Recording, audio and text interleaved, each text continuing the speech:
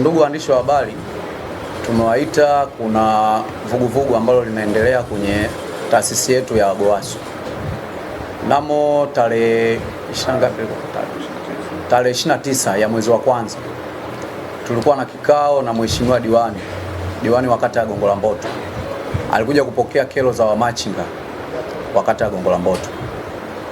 Kuliibuka tuhuma mbili. Tuhuma ya kwanza, ilionekana taasisi kwa siku inakusanya wastani wa milioni 1. Tuhuma ya pili, ilionekana taasisi na wanachama 4,000. Lakini kwa maelezo yetu sisi kama viongozi, wanachama ambao wapo kwenye register ambao tumewasajili wako 1,400.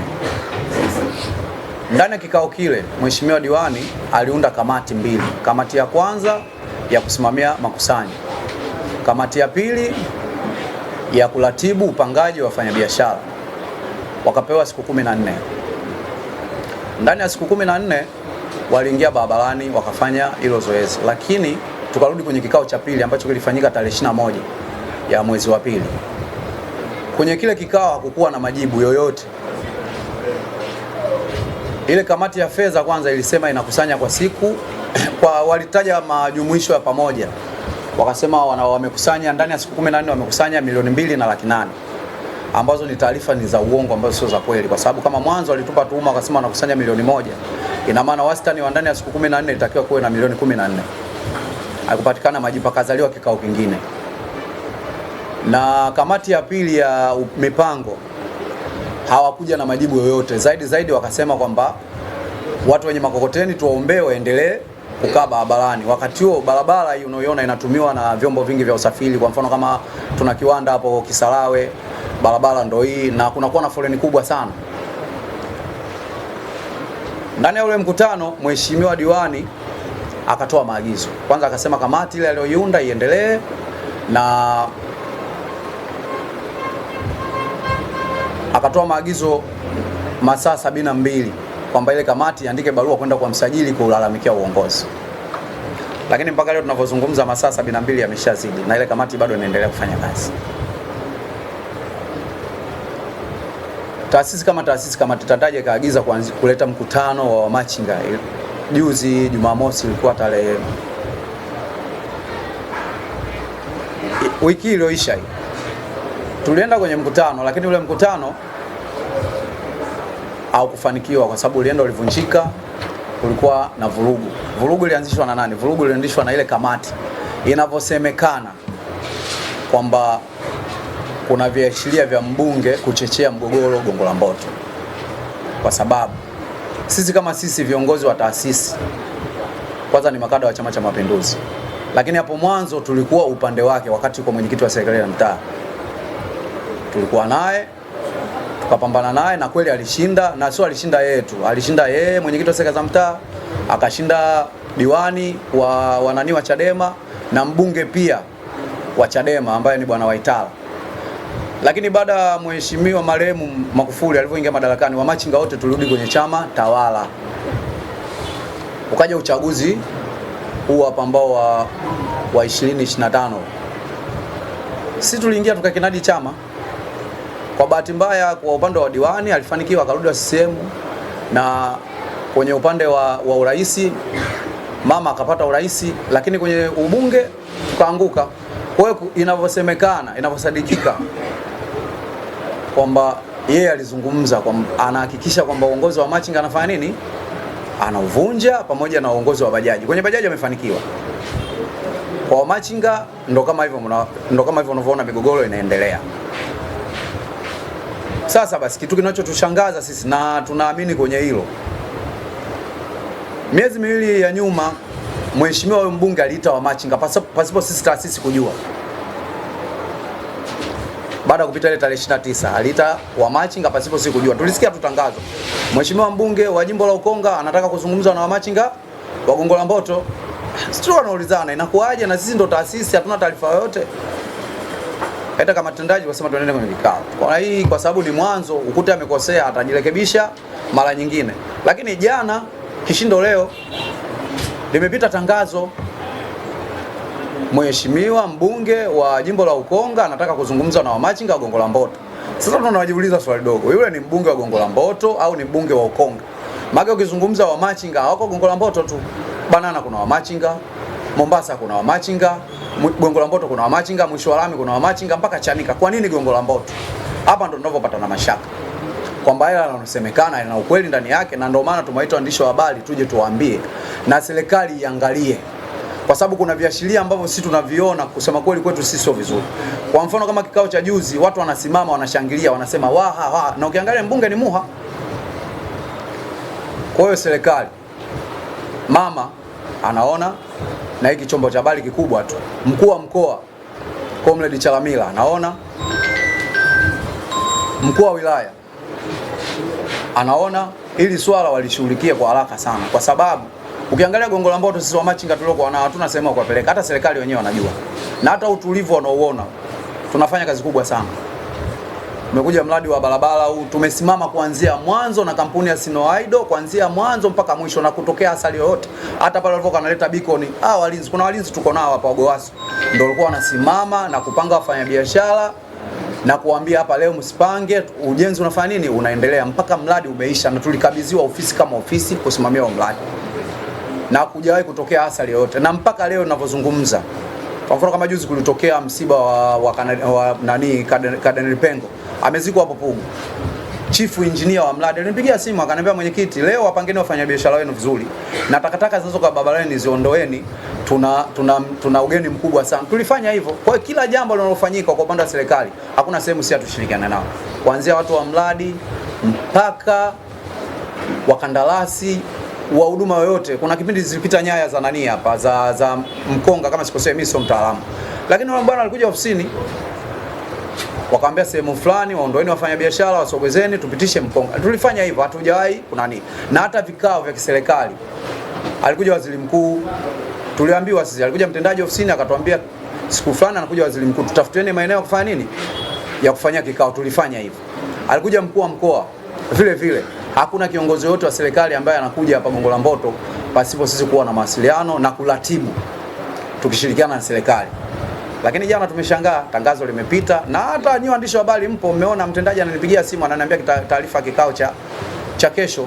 Mimi nimekishangaa kwa sababu nilipata taarifa nikiwa mazoezini. Kwa hiyo ndo hali halisi ya Gongo la Mboto.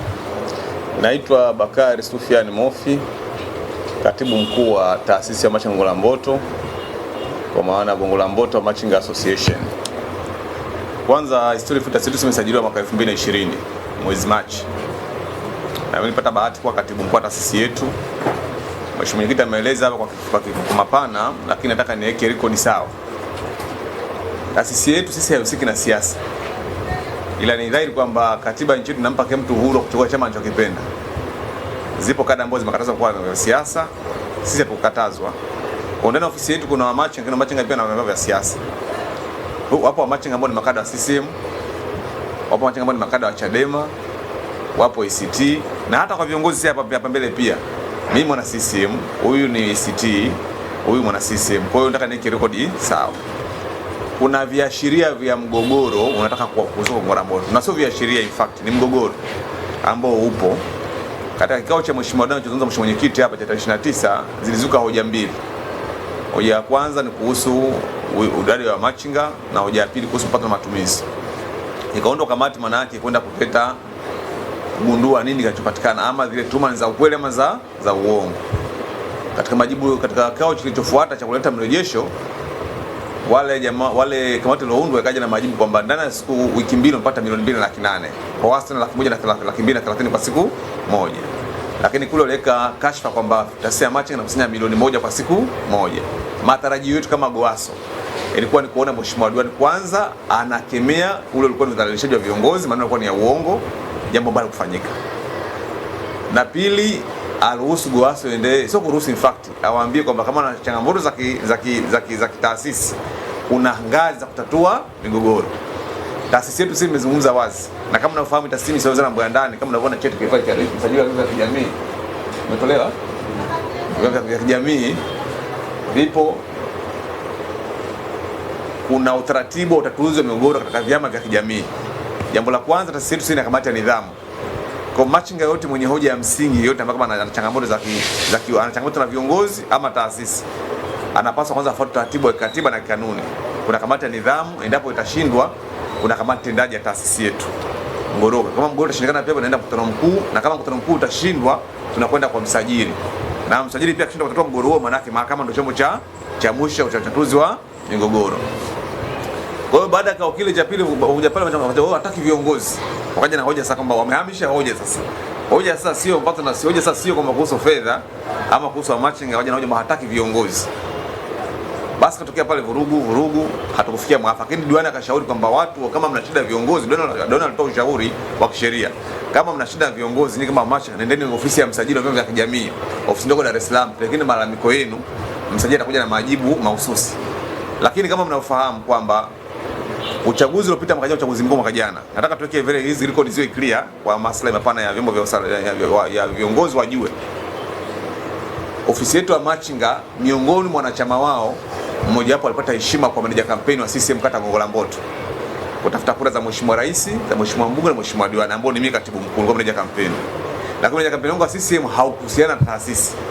Lakini pia ofisi hapa pia tulikuwa na mwenzetu mmoja ambaye alikuwa ni katibu wa ICT wa jimbo la Ukonga, Mheshimiwa makamu mwenyekiti huyu hapa. Kwa hiyo kwenye harakati za uchaguzi kila mmoja alimnadi mgombea ambaye anafanyaje anamtaka. Na sisi ni dhahiri kwamba tulimnadi mgombea wa Chama cha Mapinduzi, Mheshimiwa Rais na Mheshimiwa Mbunge na Mheshimiwa Diwani. Kwa bahati nzuri ama mbaya, mimi mwana sisi nafasi mbili nikapata, moja nikakosa ya mbunge, na mwenzangu naye akapata nafasi moja, mbili akakosa. Sasa inavyosemekana kwa habari ambazo zinathibitishwa, lakini nadhani serikali ina mkono mrefu, serikali ina vyombo vya kiuchunguzi, serikali ina macho mapana na macho marefu, kwamba inavyosemekana aliyeshinda ubunge akala nadhiri kwamba atakisha viongozi wa machinga anaondoa madarakani, kwa sababu yeye, sisi hatukumuunga mkono yeye. Alikuwa nadhiri mbili, nadhiri ya kwanza viongozi wa machinga, nadhiri ya pili viongozi wale wa kituo cha bajaji inavyosemekana, na kuna viashiria vya uthibitisho watu ambao wanaweza taarifa, lakini sisi kama viongozi hatujathibitisha. Lakini vitendo vyake vinathibitisha, sababu baada ya kuja hapa ikawa vinakaliwa vikao vya machinga wanaitwa inavyosemekana nyumbani kwake, akaunda timu za watu, na nyinyi kama vyombo mkitoa taarifa hivi, na nadhani serikali pia hata una vyombo vya usalama waweza kufanya uchunguzi. Ninaamini kwa asilimia 100 wakifanya uchunguzi haya mambo yataenda kuathibitisha kama vyombo vya ulinzi na usalama na vyombo vya kuchunguzi wale law enforcers. Kwa hiyo akawa vinafanya vikao, anahamasisha fujo kwenye vikao, anahamasisha machinga kurioti.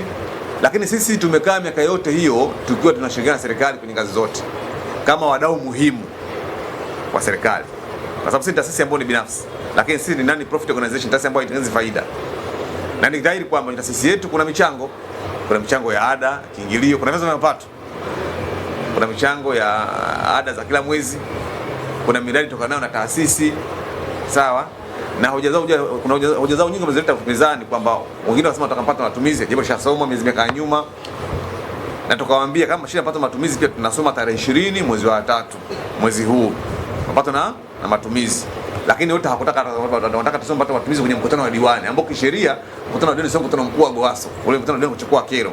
Kwa kanuni na taratibu zinanikataza mwenyekiti au katibu mkuu kusoma pata matumizi katika sehemu ile ambayo si sehemu, sio jukwaa sahihi na sio mkutano sahihi, kwa sababu mkutano mkuu wa machinga lazima aje mwanachama ambaye amesajiliwa, anaili pale mwanachama ambaye yuko hai. Kwa hiyo ilipoenda pale ikatokea rapsha hizo. Lakini taarifa tulizonazo hata vikao vikaliwa, hata juzi watu wamekaa kikao wanazungumza, tulienda mkutano mkuu tarehe 3 wa Goaso kuja kuwapa wa machinga kuhusu dhoruba ilitokeza hiyo.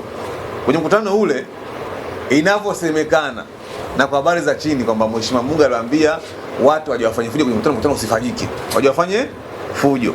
Na ni kweli kwamba ile timu ambayo hata kapita anatembea nao mtaani ndio kuja mkutano ikafanya fujo.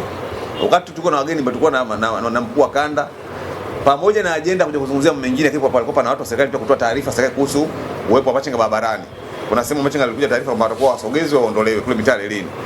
Kabla hazienda kwenye ajenda wakaanzisha fujo. Maana yake sisi tunatengeneza hisia kama binadamu, inawezekana yale mabunio yalikuwa yanazungumzwa pengine na uhalisia. Kule katokea fujo, pale mkutano ule haukufanyika, ukavunjika. Hatukuishia kwa sababu sisi ni wadau wa amani, tunapenda amani. Na katika kiongozi imara hakubali kuchokozeka, na anapaswa na ngozi ngumu. Tulifanya tukaita viongozi wa machinga mkoa na wilaya ili kuja kutafuta ufumbuzi wa mtanzuko ujitokeze. Kwa Mheshimiwa Diwani na mtendaji kata, tukasema turudi babani tufanye wajibu wetu, lakini wapa ushauri tutumie hatua za kisheria na hatua za kinidhamu. Sasa kwa nini tumeita vyombo vya habari leo? Mwenyekiti kasema na mimi kama mtendaji wake wa taasisi nasema kwamba tumeita vyombo vya habari kwa sababu sisi ni binadamu, tuna ngozi, ukichomwa unaumia, na tuna damu, tukichomwa pia toka damu. Ipo siku uvumilivu utatushinda, tutachokozeka, lakini pia sisi tuna wafuasi, sisi tunaamini wamachinga bado ni wengi tuongoro kushinda machinga walionao wao wachache, na mpaka sasa machinga leo kwenye taharuki. Kwa hiyo itafika kipindi wamachinga wataamua kufanya maamuzi, italeta uvunjifu wa nini wa amani. Na nyinyi mnafahamu ni habari, mbunge ni kiongozi mkubwa. Sisi hapa kwa nini ukubwa wake? Japo si mamlaka ili mwakilishi, lakini ana nguvu za kiuchumi. Sawa. Kwa hiyo wakati mwingine sisi tunapambana na mtu ambaye kimsingi katika siasa kama ni yeye kwa anashiriki, ni mtu mwenye power.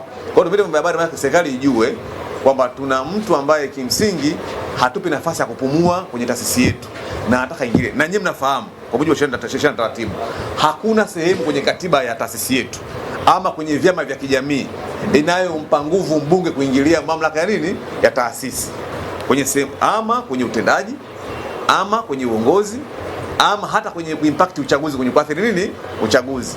Mamlaka pekee kwa mujibu wa katiba hii ambayo inampa nguvu ni Wizara ya Mambo ya Ndani kupitia kwa msajili wa vyama vya kijamii, ama Wizara ya Mambo ya Ndani kupitia ushauri wa msajili wa vyama vya kijamii. Sasa anaingilia haya mambo, tunachosema tunahofia isikatokea taharuki miongoni mwa machinga wakachukua hatua ili kuihami taasisi yao na kuhami uongozi wao. Kwa majina naitwa Rajabu Isa Abdalla, ni makamu mwenyekiti wa taasisi ya Goaso. Sisi kama machinga kata ya Gongo la Mboto tuko kwenye taharuki kubwa. Baada ya kikao, viongozi wenzangu wamesema, mimi nitaweka machache tu. Tumekuwa na kikao majuzi ambacho tuliwaalika viongozi mbalimbali kutoka mpaka kwa mkurugenzi, wawakilishi, mkuu wa kanda namba 5 kwa ajili ya kuja kuongelea masuala mapana ya kimachinga. Lakini cha ajabu, tumekwenda kwenye mkutano ule au imefanyika vurugu, na sisi tunajua kabisa viashiria vingi vimetoka kwa vijana na baadhi ya viongozi tunawajua huenda wakawa wanahusika kufanya jambo hilo kwa sababu wamekuwa wakijinadi muda mrefu. Sasa sisi kama viongozi tunaiomba serikali, ina mikono mirefu, hebu ije ifanye uchunguzi tuone huyu anayelishikilia jambo hili ni nani, kwa sababu sisi tunachotaka ni amani kwenye mitaa yetu, kwenye kata yetu, kwenye nchi yetu. Huenda tukizembea machafuko haya machache yanayoanza, viashiria hivi baadaye vitazua taharuki, tunaweza kushindwa kuishi kwa amani kwenye kata yetu au mitaa yetu.